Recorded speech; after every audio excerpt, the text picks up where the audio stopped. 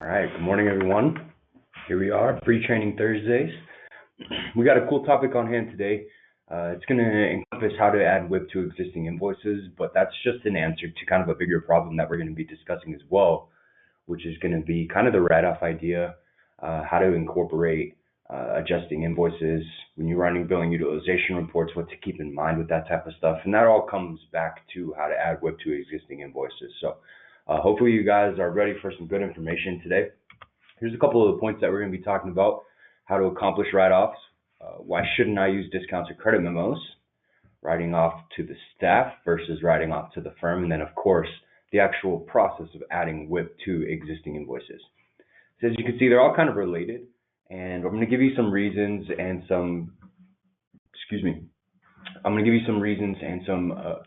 problems with using certain things inside of OfficeTools to accomplish this ultimate goal, which is getting rid of WIP that you've already billed for, or that you just simply aren't going to bill.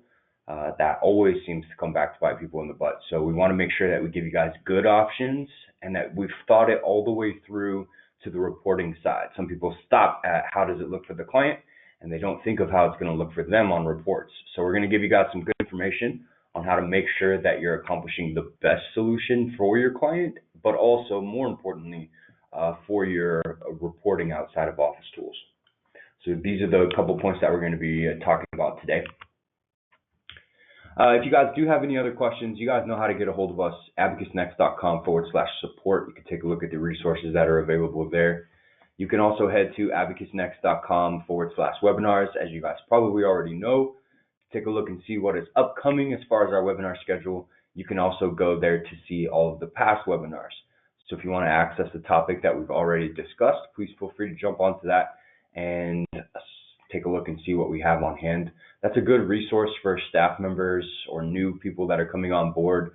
You want to get them up to speed, take them to that webinars page and let them sit and watch a couple of the webinars that are there. And then as far as questions that you guys have after this specific webinar, please feel free to shoot any questions that you have to training@officetools.com. We get back to you guys as quickly as we can on that. Any questions, not just related to this specific topic, but anything that you guys need or come up with, please feel free to go ahead and shoot us an email, training@officetools.com. We'd be more than happy to get back to you.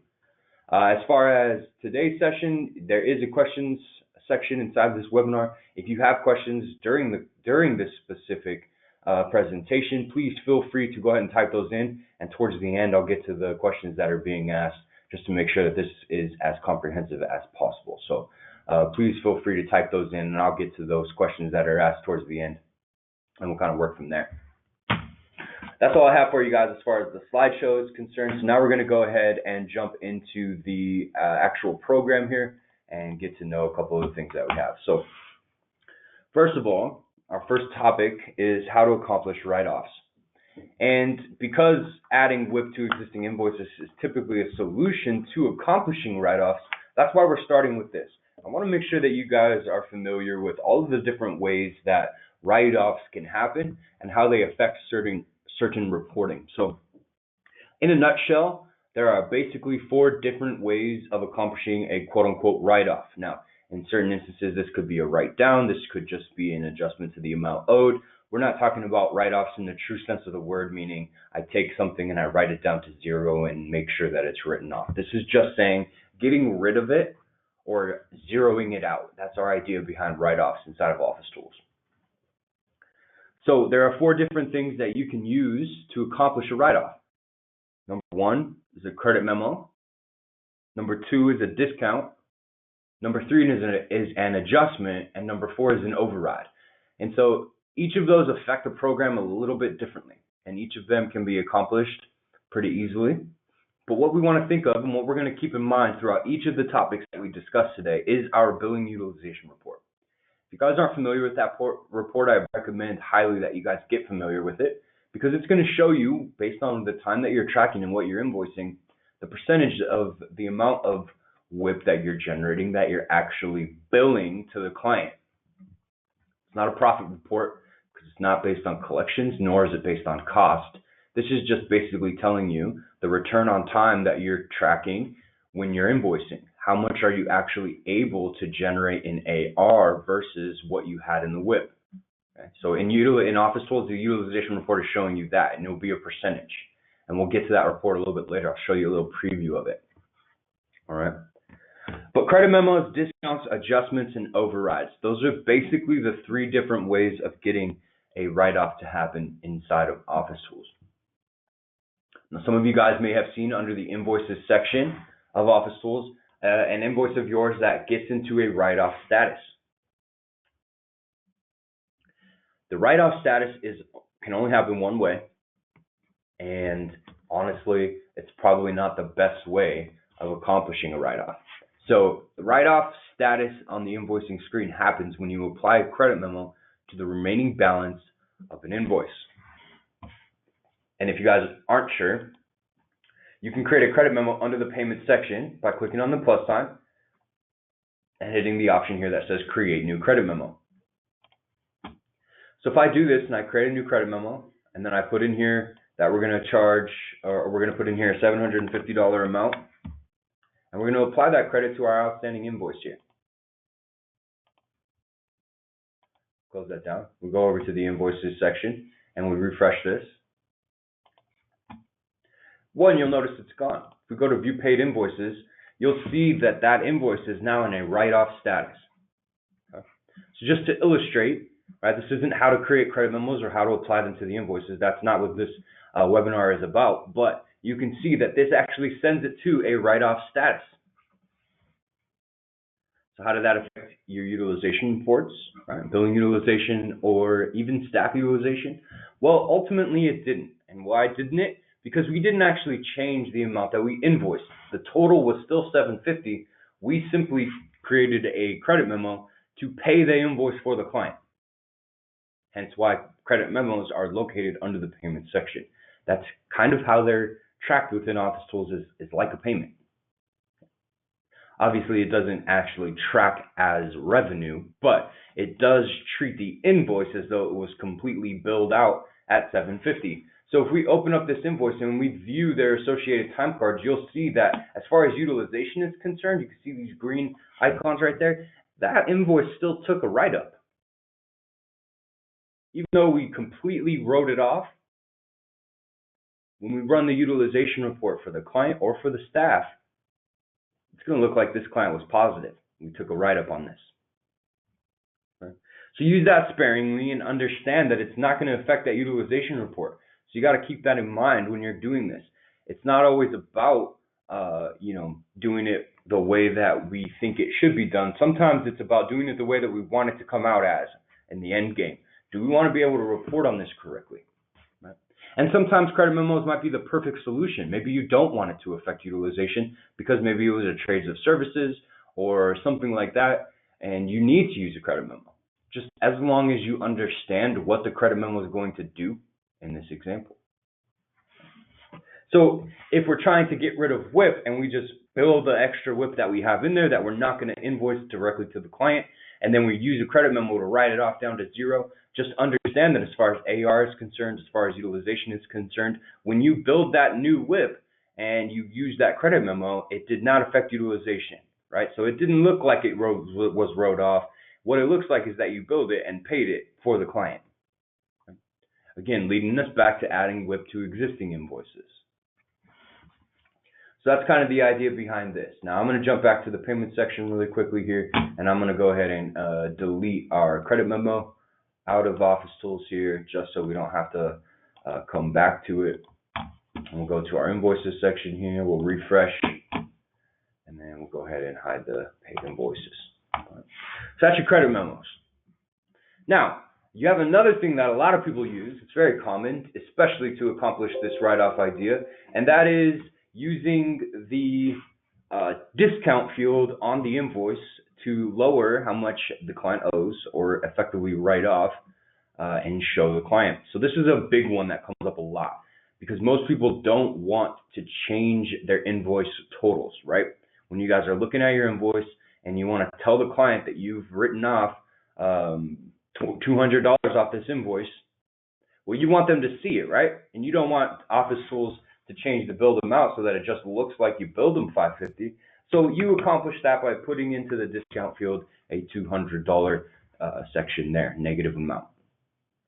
Now, what happens though in the case of utilization, right? So again, we're reflecting all of this back into relieving extra WIP. If you build extra WIP and you created a discount here for the total amount, you'll notice it did not change the actual billed amount. It's effectively the same thing as using a credit memo. The billed amount remains the same. The discount is applied after the invoice amount is there, meaning that yes, it changes their balance due, but it did not change how much you actually billed. So if we go through now and we look at the time cards that are associated here, again, they were not changed. We still took a write-up on this invoice. So again, in the context of taking our extra WIP that we might have tracked after the fact or someone forgot to put in and we need to assign that to an existing invoice, if we're just going to bill it to a new invoice and then use a discount to write it off, well, again, it's going to look like the AR was there, and then we just use the discount to change how much they owe, not how much we billed. So on our utilization reports, again, it's not going to affect it.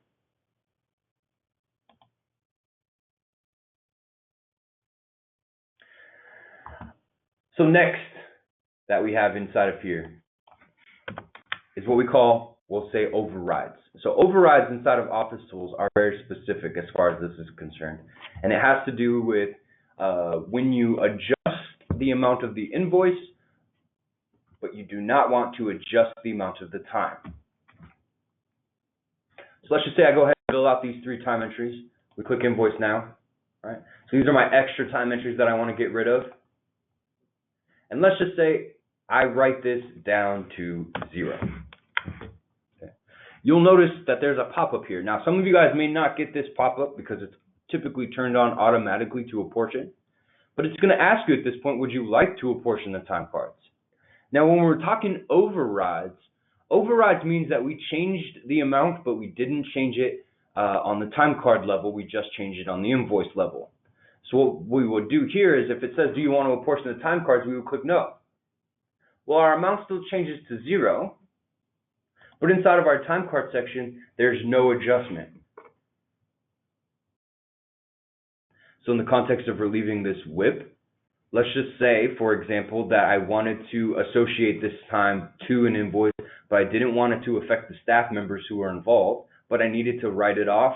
I could use the overrides functionality to get my AR down to 0, but not change my WIP amount. Therefore, the staff will not receive any of the write down.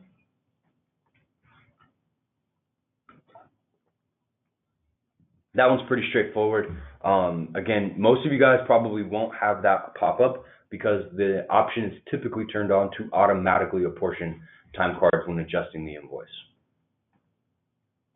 Which leads us to actual adjustments, the 4th option of quote unquote writing off time. So I'm going to go ahead and remove these entries from this invoice and delete this so I can show you guys how this is going to look. So we have our 3 time entries here. I'm going to go ahead and invoice these 3. And let's just say, for example, I want to make this worth $1,000.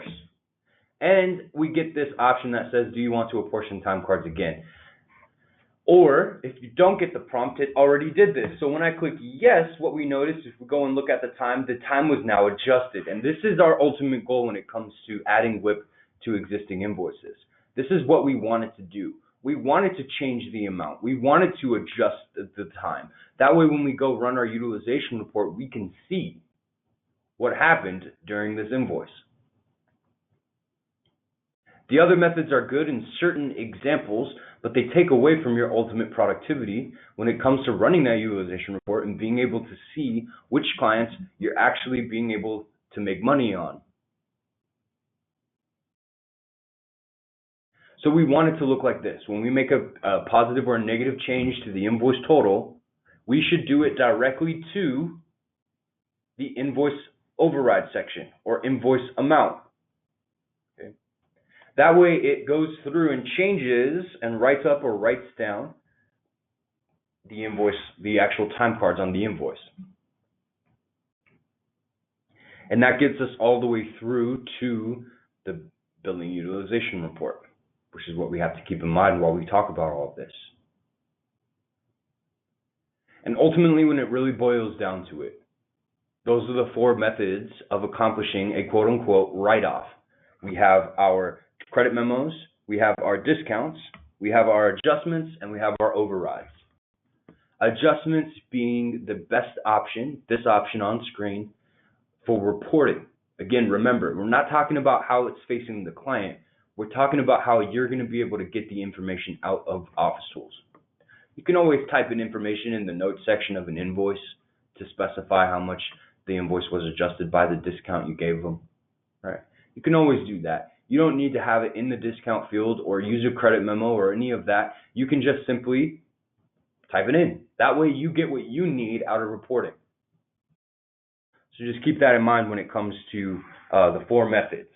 Credit memos, discounts, adjustments, and overrides are your 4 things to keep in your back pocket and use appropriately. Now, we've kind of already touched on this, but we're going to come back and resurface this idea. Why shouldn't we use credit memos and discounts when it comes to writing off or adjusting the invoice? Well, like we said, the number one reason is it does not affect the utilization. When we're doing that, discounts or credit memos, we have to treat those as kind of like payments because it doesn't change the actual invoice amount. All we've done is adjusted the amount that they owe after the fact. But the amount that we billed and what the billed amount associated to the time card total is still the same. There's no adjustment there. So when we go run our reports, it's going to be harder for us to pull that out. Now, on the billing utilization report, it will have columns for discounts. It will have columns for overrides. It will show you that information. All right. But ultimately, you want a direct association to the time, which is why we typically don't use discounts or credit memos. So let's go ahead and take a look at our billing utilization report really fast so you guys can see it. If we go to the report section and then go to the billing reports, we're going to go down to the option here that says billing utilization. We got our date range up here at the top. We wanted to include the date of the invoices that we want to see. We got right now sorted by contact and then by work code, which is perfect for us. And then we're going to go ahead and choose our contact that we're working on here, Coast Environment, and we're going to run this option right now so you guys can take a look. First time I ran a report on this specific program today, so it's going to take a little longer. This is kind of what you see. So right now, in the way that this is currently sitting, I have one invoice in OfficeTools for $750 for this contact. What this is showing me is the total amount of hours that I've tracked, any roundup or any rounding that has happened to the billable hours multiplied by the rate gives me my billable amount. This is my original time card total, by the way. Then in my adjustments section here, it'll show me adjusted hours, how much it was adjusted by, right? Any discounts that were applied, it will show that here. Any overrides that were applied, it will show that here. And then the total adjustments are right there, which gets me to, if you add this to this, it should give you the billed amount, which is how much our invoice is for. Therefore, we know based on this client that right now we're billing 225% of our total time that we've tracked for this client. If I use a credit memo, that will not change. So if I billed $100 for $100, and then I wrote it off using a credit memo, this would show that the percent invoice was 100%. So you wouldn't be able to see that you actually wrote it off inside of here, which is why it typically isn't the best idea to use a credit memo. Now, discounts will show, so you can back into the totals if you wanted to, but it still doesn't exactly reflect in the percent invoiced. So you got to keep that in mind too. Discounts, while they're on the invoice, they're not going to directly affect it like your actual adjusted hours.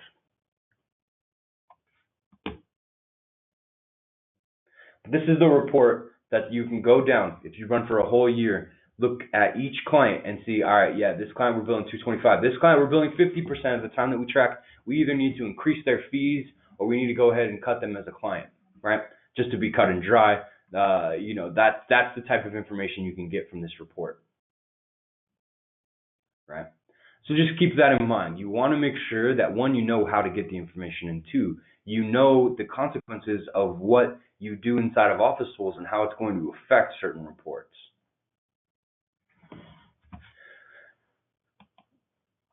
So now that we know kind of how we want to use write-offs or getting rid of WIP or taking care of extra WIP, we need to understand the difference between writing off to the staff and writing off to the firm. And that's a big thing, right? Do we want it to affect the staff utilization report? Are we using the staff utilization report to generate bonuses or to kind of use as a benchmark for annual reviews? Do we want everything to automatically be assigned to the staff, or do we want sometimes things to just go to the firm and not affect the staff? The answer to that is kind of what we've already talked about. It's basically the difference between adjustments and overrides. Adjustments happen on the time card level, and all time cards are associated to a staff member.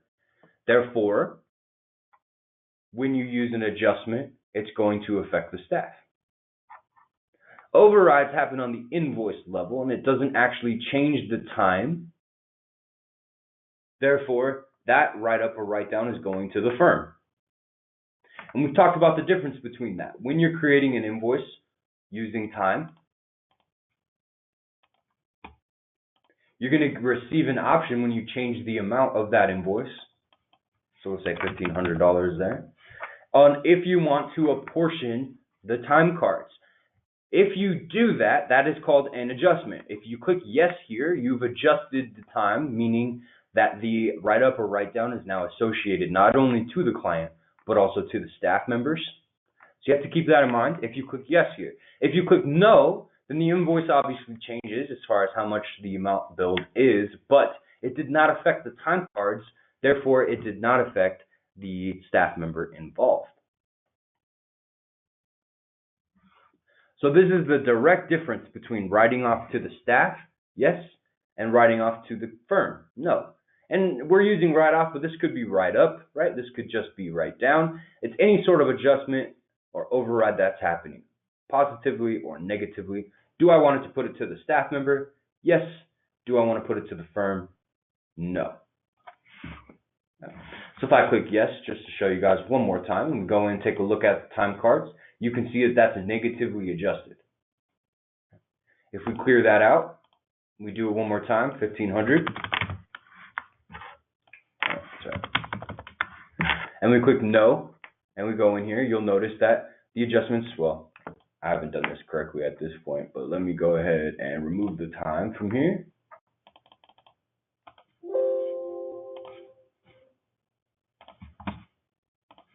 All right, delete that, move back into this. So I'm going to build these 3 time entries, and then if I click no in this section, you'll notice that there is no adjustment. Just to reiterate one more time.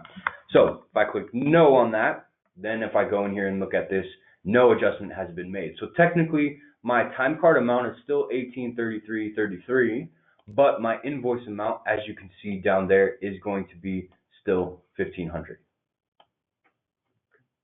So that adjustment technically went to the firm. I've heard a lot of people call this promo write-off and that type of thing. So that's the idea. Okay.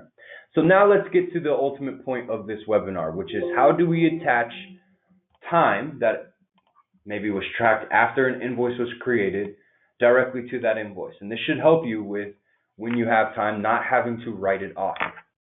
So in this example, I have 3 time cards that exist, and over here I have an invoice that exists already as well.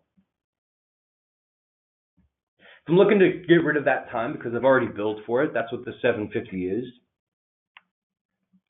The last thing you technically want to do is bill the time separately and try to write it off, which is kind of why we talked about all this stuff. We don't want to use credit memos or discounts to get an invoice amount down to zero. That's not how we want to do this. We don't even really want to adjust it down to zero, especially in this case because it's part of this 750. It's not worth zero. It's actually combined all of the time that we've tracked on this invoice and the extra worth 750. We need it to be applied there. So don't shortchange yourself either. If you guys have time that's being tracked after the fact, or maybe you bill in the beginning of the month and you want to associate all of the time from that month to the invoice from the first, make sure that it's associated in the right way. Again, it's just going to help you guys in the reporting. So how do we actually add this WIP to this invoice? Here's what we do. Now there's two different ways to do this, but I'm just going to show you one because it's the best. Right click right on the invoice itself. Go down to show associated time cards. Now, a lot of you guys right now are probably pointing at your screen saying, there's an option right there, Brandon. It says add WIP. Why aren't we using that? It's just more clicks. Eventually, it'll accomplish the same goal, but this is just a little bit quicker. Okay. Show associated time cards. And you're probably thinking to yourself at this point, it says show. That does not say add. So how are we going to add? So inside of here, yes, it does show you all of the time that's already associated to that invoice. And you can see the adjustment that's happened at this point. But inside of here, you'll also notice that there is an add button. And when we click on that, it's going to show us the time cards that exist that have not been billed yet. And we can go through, we can choose filters for our date ranges. We can choose billing codes if we had them. We can also just hit select all, it'll hit include. Or we can manually choose which entries we want to associate to this invoice. Now, when we've done that, we've chosen that we're going to associate all three. We'll click OK. Now, you'll notice right off the bat, it looks kind of strange. The adjustment is still sitting up here at the top codes, and there is no adjustment down here at the bottom. That's because this hasn't actually been solidified yet. So we've added all the time at this point. We have 10.3 hours for this amount, right, which is quite higher than our invoice amount, which is at $750 right now. And that's kind of the beauty of this. And we can see, oh man, this is way, way, way higher than what we're invoicing. But here's where things get a little bit dicey, and you got to make sure that you click the appropriate series of yeses and nos here. So we're going to go ahead and click OK now, and we're going to get our first option here, which says the following changes will update line items on this invoice. Existing descriptions could be lost. Would you like to continue? In this case, we have to click yes to get out of here. We can't continue through this if we don't. If we click no, we just go right back to this window. What this is telling you is that based on the type of invoice that you selected, right, work code, project, whatever it is, when you associate this time to this invoice, it's going to have to create new line items if there is new line items. So if you added a new work code to a work code style invoice, it would have to create a line item for that work code. If you added a new project to a project style invoice, it would have to create a new project, a new line item for that project. If you've only added codes that already exist or projects that already exist, or you're using a summary style invoice, nothing will happen. This is not telling you that you will lose descriptions. It's saying that you could possibly lose certain pieces based on how things are going. Okay, so just keep that in mind. But remember, you have to click yes on the first prompt that comes up. The second prompt is asking you if you'd like to update the invoice amount with the new total of associated time cards. Basically, this is asking, do you want to take the $750 that the invoice was already worth and now change it to $25.83.33? Or do you want to leave it at $750? In most cases here, because typically the client will already have gotten the invoice, you want to click no. So yes on the first prompt, no on the second prompt. Now, some of you may get this and some of you may not get this. This specific part is asking again about that apportionment. Do we want to adjust the time cards that exist on this invoice? Most of the time, you want to click yes if you're getting this prompt. If you don't get this prompt, it's answering already with a yes. And now that's how you add time to existing invoices. If we go back and look at our time section, there's nothing in here. And if we go to our invoice and we view the associated time cards, we can see that all of them now took a write down because of how we did our series of answers. But they're all associated now to this invoice.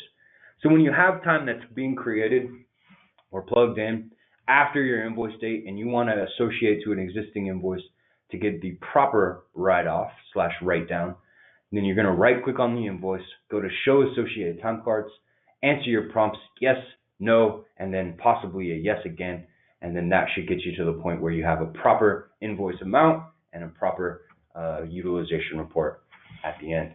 We are right at our time. There was only one question. I'm going to go ahead and get that. When you apportion the time for a write-off, I'm assuming it does not change the hours for payroll or paying the employees. Could you address this? The answer is that's absolutely correct. Your payroll time, the actual time that's being tracked, is unaffected by anything that you do in the billing tab unless you physically change the hours.